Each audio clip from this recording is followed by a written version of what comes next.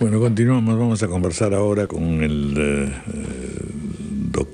decano del Colegio de Notarios de Lima, el doctor Mario Romero Valdivieso, que viene a tratar un tema efectivamente dramático dentro de la intensidad de los problemas que presentan las lluvias y la situación presente en casi todo el país. ¿Qué ocurre con las propiedades cuando se producen las inundaciones, cuando se producen las caídas de cerros, cuando en fin no quedan huellas en realidad a veces, ni señales de cuál era mi propiedad, qué extensión tenía, etcétera? Es decir, se crea todo un problema de registro catastral que no siempre ha estado antes previamente hecho, es decir, sino allá no funcionaba mucho la tradición de herencias y tal, pero desde el punto de vista jurídico, desde el punto de vista legal, desde el punto de vista de la modernidad, el problema es serísimo después de que ocurren estos cataclismos y estas lluvias y estas inundaciones. Muy buenos días, doctor Mario Romero Valdivieso. Muy buenos días, señor Vargas Gómez. Bienvenido. Me imagino la tarea que puede uno tener y lo difícil que puede ser, en realidad, determinar cuáles son, dónde están, cómo se ubicaban las propiedades, sobre todo en lugares donde ha llovido, donde hay inundaciones, donde hay desbordes, donde en definitiva quedan a veces muy pocos rastros de la propiedad. Es verdad, y no solamente ahora que efectivamente, como usted lo ha dicho, el problema se torna más dramático, pero en general tenemos lamentablemente una costumbre de vivir en temas de propiedad en forma muy informal. No completamos la regularización de las propiedades. Es decir, que funciona mucho la tradición secular, pero no la modernidad. Es lo que usted decía, ¿no? La costumbre de las hijuelas, los testamentos. Las poblaciones se acostumbran y saben qué familia vive en este lugar, sabe quién es el vecino, y eso va haciendo de generación en generación. Y no hay ningún problema con eso mientras no tengamos una situación de emergencia como las que se presentan cada vez más seguido en nuestro país. Viene un guaycuarrazo con todo y ¿quién es el dueño de cada lugar? ¿En dónde estaba tu casa? ¿Hasta dónde llegaba tu propiedad? Claro, entonces tiene que ocurrir estas situaciones para que uno comience a ver realmente la dimensión del problema y la urgencia de tener su documentación en orden. Y por eso es que dentro de lo que significa los medios de comunicación, los notarios asumimos un compromiso de colaboración y de ayuda para todas aquellas poblaciones en los que tengan ahora justamente que ver dónde estaba la propiedad, dónde está la documentación que justamente reflejaba la ubicación de sus predios. Los notarios tenemos en nuestros protocolos, en los archivos, la documentación antigua. Entonces, aun cuando no haya... En todos los casos, no, sobre todo, sí. Me refiero sobre todo... Lugares alejados, sobre todo. No solo alejados, sino en el campesinado. Sí, bueno, hay predios rurales y los predios urbanos.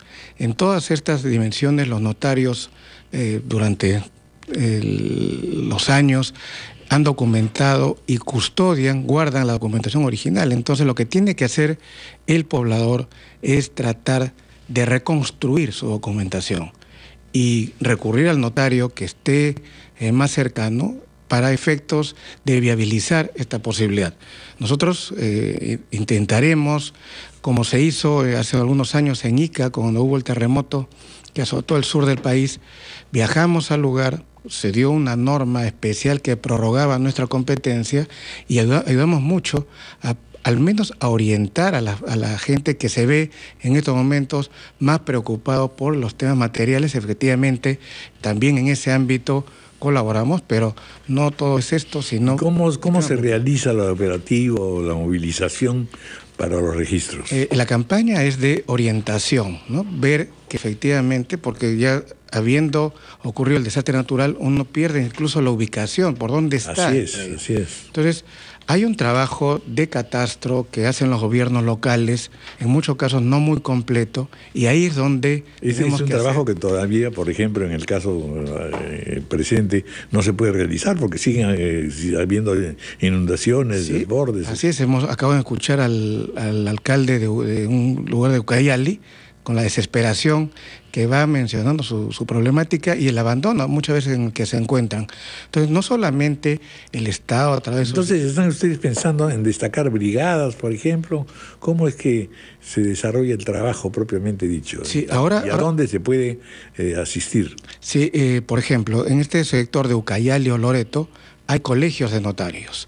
Que se acerque el poblador a estos colegios de notarios, donde ellos tienen también ubicados a los notarios más cercanos a cualquier localidad en la que haya el problema de la reconstrucción. Ese problema de reconstrucción, en un trabajo conjunto, coordinado entre notarios, registros públicos, gobiernos locales, COFOPRI mismo, se puede hacer una ayuda importante en este sector, independientemente, como les digo, de la ayuda material en la que también estamos comprometidos. Claro, entendemos que esta iniciativa suya tendría que tener algún nivel de coordinación con COFOPRI, que está desde hace algún tiempo, pero en los últimos meses con una mayor fuerza procediendo a precisamente el trabajo de entregar títulos de propiedad a aquellos peruanos que todavía no lo tenían, ¿no? Sí, es destacable la labor que ha hecho COFOPRI en tema de catastro justamente, ¿no? Porque ha habido todo un desarrollo evolutivo en que sectores que estaban antes en el ámbito rural ahora ya forman parte de las urbanizaciones. Claro. Y entonces pasan muy rápidamente, pero de manera informal. Entonces, esto es característica, lamentablemente, nuestra de muchos años, y ahí COFOPRI, a través de empadronamientos, de trabajo de campo importante, ha hecho una labor que efectivamente hay que destacarla, pero no es suficiente. Hay que ver también antecedentes porque lamentablemente también se producen conflictos de doble título de propiedad, donde el posesionario no es el que realmente tiene el derecho de estar, pero por el momento, como claro, pasa por ahí, es que... Es un ritmo de informalidad muy grande, ¿no es cierto? Porque no hay una tradición en realidad, o la hay, pero desordenada en materia notarial y de registro, ¿no es cierto? Exactamente. Entonces hay que informar, ahí el papel muy importante de los medios de comunicación, de decir que se acerque a su notario. El notario... Ahora, ¿el municipio cuánto interviene en regularizar todo esto? Porque hasta ahora parecería que la iniciativa tiene que tomarla cada propietario, pero independientemente de ello, ¿cómo funciona, digamos, el orden municipal? Sí, el interés del gobierno local es obviamente saber quiénes son los contribuyentes para que de esa forma también puedan sobrevivir, recaudar rentas, ¿no? Eso es lo principal, y entonces admiten documentación muy elemental para poder incorporarlos como contribuyentes. Ahí hay un buen rastro de poder también recurrir a ellos, pero, por ejemplo, hay también gobiernos locales, municipios que han sufrido todos estos embates de la naturaleza y seguramente también la documentación que tenían ha sufrido algún deterioro o incluso la pérdida, ¿no? Entonces hay que hacer una labor conjunta. El llamado es para que recurran a los notarios, porque veo que hay efectivamente la primera instancia de recurrir al gobierno regional, a los municipios, recurran al notario, que seguramente le podrá ayudar para reconstruir su propiedad y ubicarlos luego de todos estos desastres. Es interesantísimo esto en realidad, sobre todo en términos de determinar las propiedades, ¿no es cierto? Sí, porque... es decir, poder hacer el trazo moderno de cuál es la propiedad que yo tengo o que ha obtenido pues por tradición y por herencias, pero que funcionaba bajo regímenes no formales. Sí, sí, estamos hablando de época de la colonia, ¿no? Ya ha cambiado los tiempos y nosotros desarrollamos hoy mecanismos tecnológicos que ayudan en este sentido a todo lo que signifique también modernizar titulación de propiedad. ¿Y propiedades del Estado, o propiedades de oficinas o subsidiarias del Estado, propiedades de la Iglesia? Estamos hablando de varias otras propiedades también a determinar. Exactamente. Mire, usted ha tocado un tema muy importante, porque como no hay a veces la titulación formal, entonces muchos... Por ahí opera la tradición, ¿Sí? Y a veces también papelitos que uno tiene guardados, pero que le da una significación que no tienen, en definitiva. Sí. Y se acostumbra, por ahora eso es bueno, de tener pues bajo su brazo un documento notarial que le da la seguridad, a pesar que no está completada la documentación, pero se respeta mucho la tradición. Pero a veces estos inmuebles, predios del Estado, incluso del Estado, no está formalizado como debería ser, ¿no? Entonces, se recurre, por ejemplo, a los trámites de ser declarados propietarios por el transcurso del tiempo, que se llama la prescripción adquisitiva de dominio. Pero en muchos casos son bienes en los que el Estado alega tener derecho y entonces se oponen y dificulta esta modernización de la titulación de la propiedad. Hay un trabajo todavía por hacer. Yo quiero transmitirles... La verdad, ¿sí?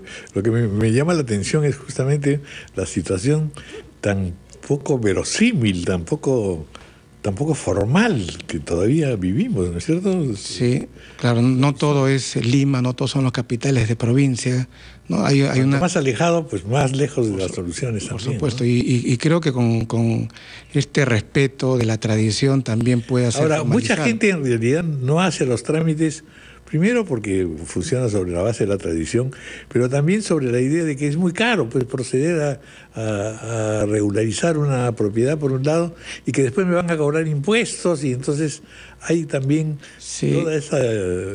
Y eso es cierto, porque hay un temor infundado, pero no solamente de los pobladores que piensan que ir al notario le va a significar tiempo y costos, no es por eso que queremos transmitirles que esta asesoría va a ser gratuita y la colaboración está en cada notaría a lo largo del país, pero no solamente hay esa impresión del poblador, incluso nuestras autoridades, y eso que también quería un poco aprovechar, porque ustedes como medios de comunicación es importante que se conozca, a veces también nuestras autoridades piensan que recurrir al notario es costoso y es una traba, y por ejemplo se están aprobando algunas normas que preocupan con estos temas de la contratación del Estado, que suman millonarias cantidades de dinero.